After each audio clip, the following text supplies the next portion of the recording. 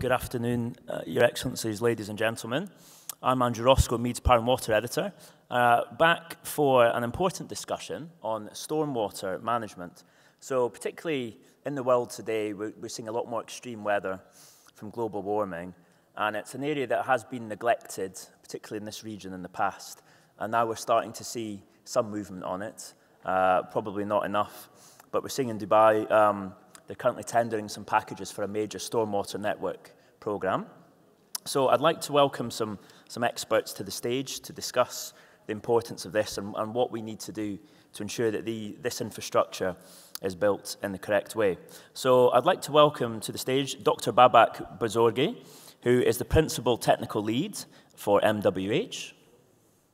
Dr. Mohammed Tufail, who's the Hydraulics Technical Director for Parsons. Ian Sheldon, the Project Director for Infrastructure for Mott MacDonald, and Imad Fagali, who's the Head of Water, CH2M. Please come to the stage. Okay. Welcome, gentlemen. So I think, just to start, we'll start with you, Imad, and I'll ask, why is it important that we invest more in stormwater networks? How important is that for our infrastructure? Thank you, Andrew, and good afternoon, everyone. Stormwater in many places, in many countries here, basically is taking, a back seat when it comes to, revisiting the investment schemes of the infrastructure projects. But what we've seen in the last few years, and it has been going on anyway, even before, is the fact is stormwater is becoming, almost a deadly weapon. Every time it rains in most of the cities around the region here, you see, it's impacting lives, the economic, cycle, as well as the environment. So, but in the same time, no one is really looking at the impacts and quantifying the impacts of lack of investment in the stormwater systems. And we go from one event to another every year, and we just try to mitigate it within the available capacities. So in my opinion, stormwater management, just like everything else, is actually a national security, and it has to be elevated to a point where most of the countries in the region, and actually globally, should look at it as an impact to their economies, the image, reputation, etc., as I mentioned before. What we see, can take place or might be recommended is you look at, for example, UAE and the countries in the region here. A lot of them have targets for renewable energies. So they say, by 2030, 2040, would like to have a certain percentage of our energy from renewable energy. So a strategy, at the national level for stormwater should probably be investigated, where, the governments here can say we will be collecting X percentage of whatever stormwater we get, we'll be using it in the same way, and it really set, a path on how to use stormwater in a more efficient way and more strategic way.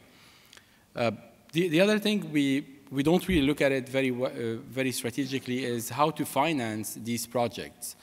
Obviously, I'm not saying all the projects in stormwater can be financed through third-party or private investors, but there are opportunities, and we've seen them in different parts of the world where, if you put the right scheme, if you put the right infrastructure system, you have a good opportunity to attract private investors, and then, as a consequence, alleviate the cash flow of the government in order to develop and implement these projects.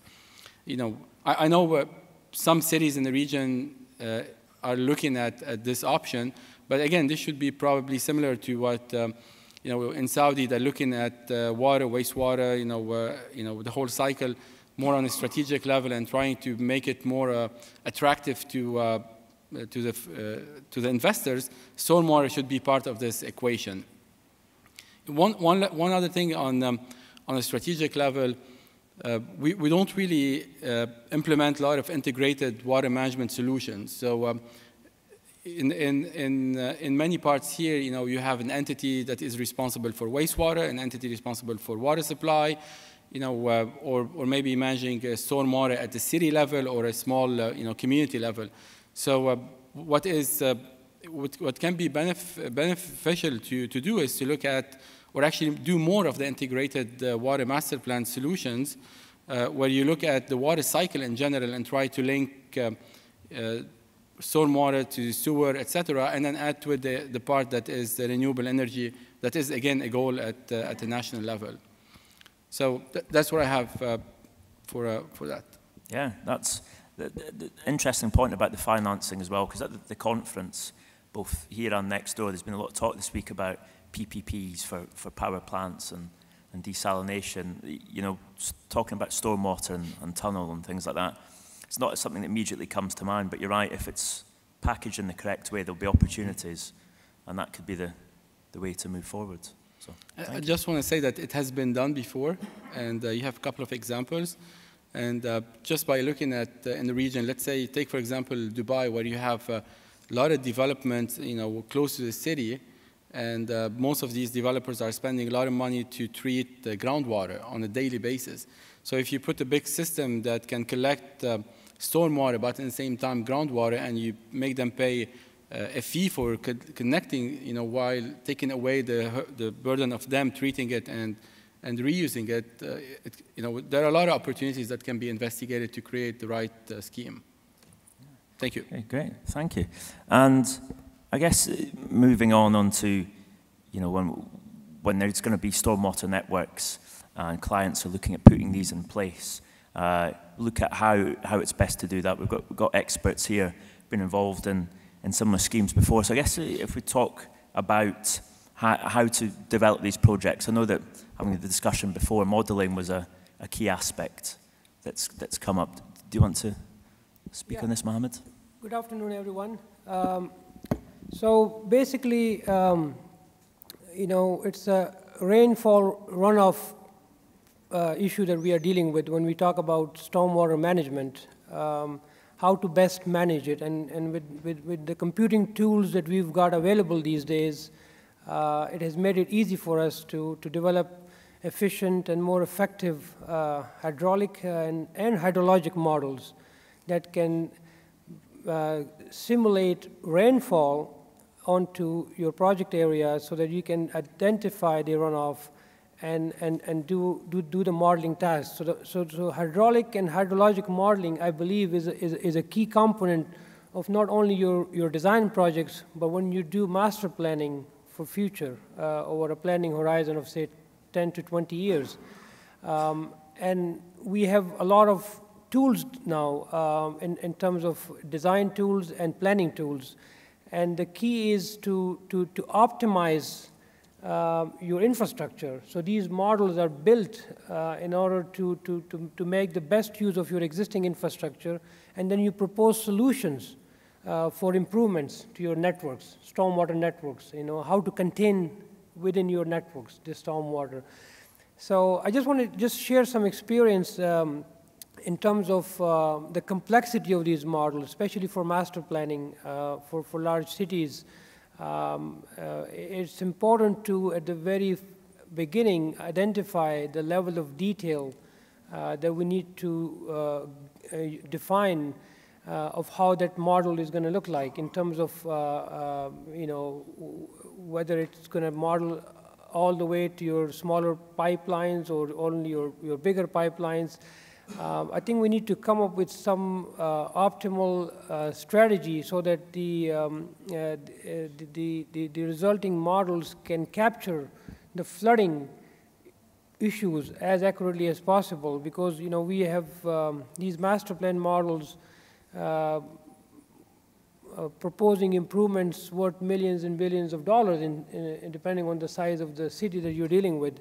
So if our hydraulic and hydrologic models are not effective, not accurate, we can be, our improvements can be skewed. They can be in the wrong place. So the goal in most of these master planning models is to identify flooding under your design storm events. So I think you know, it's important to take that aspect pretty seriously and define the complexity of any given model for that particular use. And again, like I said, for design, that may be different, and for master planning, it may be different. Another aspect I wanted to touch on is the integration of developments into a master plan model. I know Abu Dhabi is, based on my recent experience on a couple of projects, you know, we've got a master plan model, for example, for Abu Dhabi. And so every time a new development occurs, that new development has its own standalone model, and it's integrated into the overall citywide model to see how it will impact the system. Because we don't want to just always transfer the flooding from one location to another location. So this concept of integration or integrated modeling for the city really helps us to see each time you develop in a certain pocket how that impacts the overall system, and whether you need improvements to take that flow down to the outfalls. So that's integrated modeling approach is important. And then lastly on this issue, you know, when I first started working as a hydraulic engineer, you know, we had this this concept about the pre-development and the post-development, you know, and I think the goal in most development design projects should be not to significantly add to the storm water that is produced, for example. So if you've got a vacant lot and you're developing on it, your post-development runoff should not exceed what your pre-development should be, and how you achieve that is through best management stormwater practices, and I think we're going to talk about those the sustainable urban design technologies, in which makes you contain and not really contribute to flooding downstream. So the goal should be to not just produce a lot of stormwater and keep carrying it forward, so that your networks become increasingly larger each time your city starts to develop. There has to be some optimal closure to that, and how much a developer can contribute. So some standards, some guidelines should be introduced and enforced to make sure that you are not just making everything paved and everything is contributing to your downstream system. So, you know, just to sum it up, I guess we've got a lot of good tools, computing tools available now. Computer run times have increased and have improved significantly. So we can run one-dimensional, two-dimensional hydraulic and hydrologic coupled models that can be used to more effectively evaluate the performance of existing networks, and then propose improvements to optimize them, and then propose new improvements based on a well-defined, well-calibrated hydraulic and hydrologic model. Okay, thank you, Mohammed. And that's interesting. You mentioned the integrated master plan approach as well, which Imad touched on. So I think that's, you know, a common theme there. And in terms of when it comes to create these models for schemes, I know, Ian, you're particularly interested on data, how important data is for this sort of project. Indeed. Data is so important related to the accuracy of a design solution. Now, that's not just for a stormwater solution, it could be for integrated networks. But the key raw data, obviously, is rainfall, and that's linked now with perhaps a change due to climate change, where rainfall intensities are now varying. The characteristics now are perhaps more short duration, higher intensity rainfall events, and indeed localized. For example, it could be raining here with a 1 in 20-year event equivalent here in Abu Dhabi at NEC, and at the Corniche, it may be perfectly dry. So intensity, duration, and location is very critical.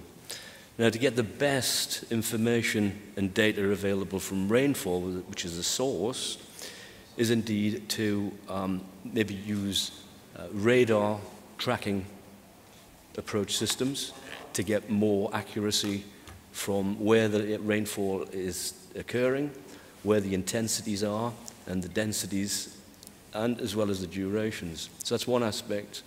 The other aspect, of course, is land data, and that is used in the prediction of overland flow, and that's often obtained by the LIDAR process, which is radar light intensity gathering of differential height.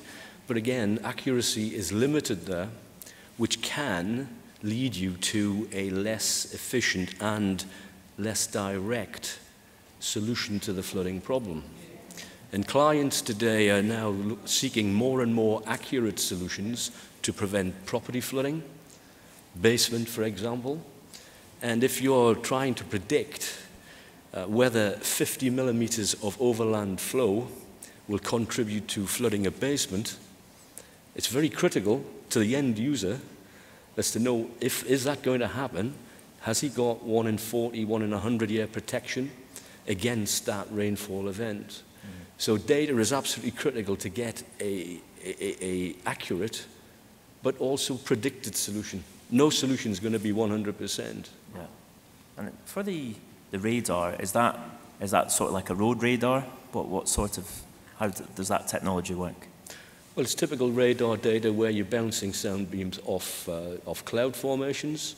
That will detect the density of the cloud, the actual water holding characteristics of that cloud, and indeed it will monitor the discharge from the clouds. So you will get a scanned view of where the rainfall intensity is occurring, and indeed in those locations related to the grid. Okay, great. So that sounds very very comprehensive way of analysing the data. And you worked on a project, was it in Singapore? Yes. You worked on... What you're touching on here is perhaps a more lateral approach to a solution, where a smart solution was indeed selected at the end of the day, where for a large investment in a storm water management tunnel was indeed used for dual purpose. So during normal climatic conditions, without rainfall, the tunnel was used to alleviate traffic congestion on the highway, which ran parallel. Now, Kuala Lumpur is the case in point, and due to extreme heavy rainfall events, you get an awful lot of city flooding. So during those events, as they progressed, the tunnel was naturally converted into a storm tunnel. And obviously the cars were prevented from entering, but that's dual purpose. So it was used for more than just the occasions when rainfall occurred and flood protection had to be afforded. The rest of the time it was used to alleviate traffic congestion. Okay. Smart solution. So that shows the innovation and the design, and we've talked about innovation and financing. Yeah. So, and touching on finance, it was publicly 70% privately funded, and due to its toll arrangement, within 3 years of completion, the construction costs were recouped. Good. Okay. Oh, great. And if we move to you now, Babak. So maybe first of all, actually, you've been working on or involved with the Dubai plans for stormwater network. Maybe just tell us a little bit about what's planned in Dubai first. Well, the biggest infrastructure project that is happening in Dubai now is the deep tunnel stormwater system in Dubai, which is planned to serve the Expo 2020 site, the Al Maktoum Airport, and all the adjacent commercial, residential, and industrial developments, starting from Dubai Investment Park all the way to the Dubai-Abu Dhabi border, and from Emirates Road down to the shoreline. So this project is in the preliminary design stage now. It's split into 4 construction design build packages, actually. The first package, which is one of the tunnels, there's actually 2 tunnels, 1 main tunnel, 1 lateral tunnel. The first tunnel package is out to tender now for the design builders to basically undertake their tender design and tender for the project. And the other packages will be out soon. So this is a huge infrastructure project. The tunnel diameter is 10 meters. Both tunnels together will be around 22 kilometers. And there will be a terminal pumping station of 36 cubic meters a second and a sea outfall. That's basically very brief about that project. Okay, and it's been touched on already, but I know from our discussion we were having beforehand, looking at terms of development moving forward, you know, urban sprawl, big new population centres. How important is SUDS? Maybe if you could tell us a little bit about that. So that's sustainable urban drainage systems. Yeah, basically sustainable drainage systems, or as the technical community tends to call it now, water-sensitive urban design, basically tends to manage the stormwater in terms of both quality and quantity as close to the source as possible. And in a way mimic the natural drainage pattern of the catchment. So I think Mohammed just touched upon the matter of pre-development and post-development flows. That is actually what is included now in the Dubai Drainage Design Manual, that all the developments have to make sure that their post-development flow is not exceeding their pre-development flow. So that is a regulation by the Dubai municipality, and on this Dubai Deep Stormwater Tunnel project, it's the first project that we are actually implementing that regulation. So we are not allowing any of the developments to discharge any more than their pre-development flows. So if I want to go a little bit into more details, the way that we are designing that system, at each connection point, there will be a hydraulic control device that will not allow the developers to discharge anything more. And also, this is about the quantity, also the quality of the stormwater. They are obliged to reduce the amount of pollutants which is generated across their own catchment. And then they will be able to discharge it to the system. So at each connection point, again, there will be a water quality monitoring point for the Dubai municipality who will be operating the system to be able to monitor who will probably breach the regulations. So going back to the SUDS, or water-sensitive urban design principles, there are different ways to do it, but the main point to consider is that we should be a little careful with adopting these new ideas from other parts of the world, because the principles of SUDS have been developed in other countries with different climates, different challenges, and we cannot just copy and paste them here. For example, we are dealing with a lot of challenges with high groundwater levels in Dubai and Abu Dhabi and mainly across the region. But most of the SUDS principles are based on infiltration, like infiltration trenches or bioretention, detention basins, permeable pavements. So with high groundwater levels, none of these will work. So unless, again, going back to what my colleagues were saying about the integrated approach, unless you look at your projects in an integrated and holistic approach and see it from basically the same term as the water-sensitive urban design, and you need to design not only the surface drainage system, but also the underground drainage system to make sure that you're first lowering the groundwater table and then putting in the SUDS devices into your system. Otherwise, none of them will work. There are obviously other devices in SUDS, like stormwater tanks or, for example, detention bases, which are not really affected by high groundwater levels, but most of them are. So we need to be careful with that.